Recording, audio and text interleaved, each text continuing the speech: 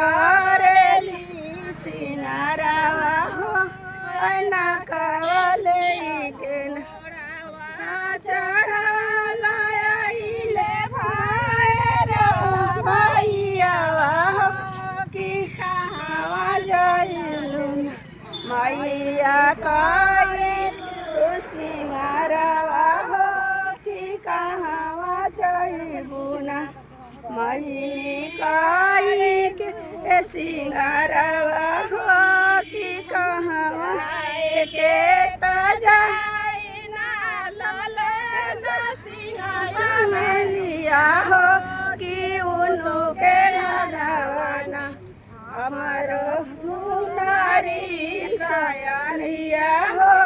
कि उनु के घरवाना के तजना कमले से सिंगा हवेलिया हो कि उनु के घरवाना मैया के हार तैयारिया हो कि उनु के घरवाना के तजना बेलिया हो कि उनु के घरवाना मैया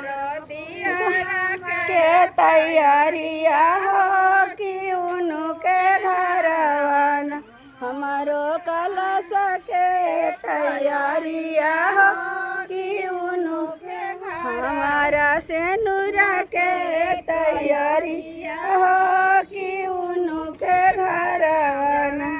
के ताजा ना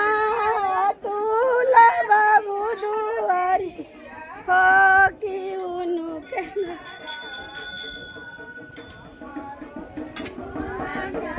तैयारिया हो कि उनु के हमारो ना